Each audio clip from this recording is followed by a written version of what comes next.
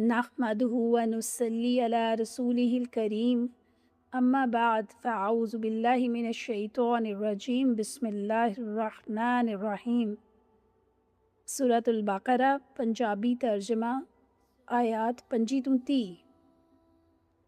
ਇਹਨਾਂ ਲੋਕਾਂ ਨੂੰ ਖੁਸ਼ਖਬਰੀ ਦੇ ਦਿਓ ਜਿਹੜੇ ਈਮਾਨ ਲਿਆਏ ਨੇ ਤੇ ਨੇਕ ਕੰਮ ਕੀਤੇ ਕਿ ਉਹਨਾਂ ਲਈ ਇਹੋ ਜਿਹੀਆਂ ਬਹਿਸ਼ਤਾਂ ਨੇ ਜਿਨ੍ਹਾਂ ਦੇ ਥੱਲੇ ਨਹਿਰਾਂ ਵਗਦੀਆਂ ਹੋਣਗੀਆਂ। ਜਦੋਂ ਵੀ ਇਹਨਾਂ ਬਾਗਾਂ ਵਿੱਚੋਂ ਕੋਈ ਫਲ ਖਾਣ ਨੂੰ ਦਿੱਤਾ ਜਾਏਗਾ ਤੇ ਉਹ ਕਹਿਣਗੇ ਕਿ ਇਹ ਤੇ ਉਹੀ ਫਲ ਹੈ ਜਿਹੜਾ ਸਾਨੂੰ ਇਸ ਤੋਂ ਪਹਿਲੇ ਵੀ ਖਾਣ ਨੂੰ ਦਿੱਤਾ ਗਿਆ ਸੀ। ਤੇ ਉਹਨਾਂ ਨੂੰ ਇਹੋ ਜਿਹੀ ਰੋਜ਼ੀ ਦਿੱਤੀ ਜਾਏਗੀ ਜਿਹੜੀ ਇੱਕ ਦੂਜੇ ਨਾਲ ਮਿਲਦੀ ਜੁਲਦੀ ਹੋਵੇਗੀ ਤੇ ਉਹਨਾਂ ਲਈ ਪਾਕ ਸਾਫ਼ ਬੀਵੀਆਂ ਹੋਣਗੀਆਂ ਤੇ ਉਹ ਲੋਕੀ ਜੰਨਤਾਂ ਵਿੱਚ ਹਮੇਸ਼ਾ ਰਹਿਣਗੇ। ਰੱਬ ਇਸ ਗੱਲ ਤੋਂ ਨਹੀਂ ਸ਼ਰਮਾਂਦਾ ਕਿ ਉਹ ਕੋਈ ਇਹੋ ਜਿਹੀ ਮਿਸਾਲ ਦੇਵੇ ਜਿਹੜੀ ਮੱਛਰ ਵਰਗੀ ਜਾਂ ਇਸ ਤੋਂ ਵੱਧ ਕਿਸੇ ਕਮਤਰ ਸ਼ੈ ਦੀ। ਬਸ ਜਿਹੜੇ ਲੋਕੀ ਈਮਾਨ ਲਿਆਏ ਨੇ ਉਹ ਜਾਣਦੇ ਨੇ ਕਿ ਹੱਕ ਦੀ ਗੱਲ ਉਹਨਾਂ ਦੇ ਰੱਬ ਵੱਲ ਹੈ, ਪਰ ਜਿਨ੍ਹਾਂ ਲੋਕਾਂ ਨੇ ਕੁਫਰ ਕੀਤਾ ਹੈ ਉਹ ਕਹਿੰਦੇ ਨੇ ਕਿ ਰੱਬ ਇਸ ਮਿਸਾਲ ਤੋਂ ਕੀ ਚਾਹੁੰਦਾ ਹੈ। ਰੱਬ ਇਹਦੇ ਨਾਲ ਬਥੇਰਿਆਂ ਨੂੰ ਸਿੱਧੀ ਰਾਹ ਤੋਂ ਫਿਰਾ ਦਿੰਦਾ ਹੈ ਤੇ ਬਥੇਰਿਆਂ ਨੂੰ ਸਿੱਧੀ ਰਾਹ 'ਤੇ ਪਾ ਦਿੰਦਾ ਹੈ ਤੇ ਇਹਦੇ ਜ਼ਰੀਏ ਨਾਲ ਸਿਰਫ ਭੈੜੇ ਕੰਮ ਕਰਨ ਵਾਲਿਆਂ ਨੂੰ ਹੀ ਸਿੱਧੇ ਰਸਤੇ ਤੋਂ ਫਿਰਾ ਦਿੰਦਾ ਹੈ।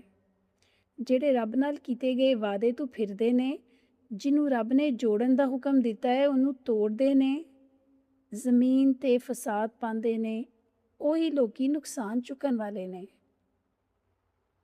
ਤੁਸੀਂ ਰੱਬ ਦਾ ਇਨਕਾਰ ਕਿਵੇਂ ਕਰਦੇ ਹੋ? ਤੁਸੀਂ ਤੇ ਬੇਜਾਨ ਸੀ ਤੇ ਉਹਨੇ ਤੁਹਾਨੂੰ ਪੈਦਾ ਕੀਤਾ, ਫਿਰ ਤੁਹਾਡੇ 'ਤੇ ਮੌਤ ਆ ਜਾਏਗੀ, ਫਿਰ ਤੁਹਾਨੂੰ ਦੂਜੀ ਵਾਰੀ ਜ਼ਿੰਦਾ ਕਰੇਗਾ ਤੇ ਫਿਰ ਤੁਸੀਂ ਉਹਦੇ ਵੱਲ ਵਾਪਸ ਮੁੜ ਜਾਓਗੇ। ਉਹਨੇ ਤੁਹਾਡੇ ਲਈ ਉਹ ਸਾਰੀਆਂ ਸ਼ੈਵਾਂ ਪੈਦਾ ਕੀਤੀਆਂ ਜਿਹੜੀਆਂ ਜ਼ਮੀਨ ਵਿੱਚ ਨੇ। ਫਿਰ ਉਹਨੇ 7 ਆਸਮਾਨ ਬਣਾਏ। ਉਹ ਹਰ ਸ਼ੈ ਨੂੰ ਜਾਣਦਾ ਹੈ।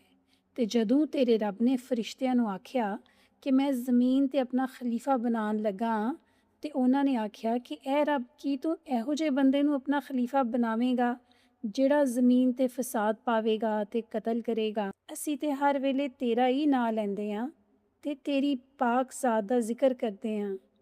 ਰੱਬ ਨੇ ਆਖਿਆ ਕਿ ਜੋ ਮੈਂ ਜਾਣਦਾ ਤੁਸੀਂ ਨਹੀਂ ਜਾਣਦੇ।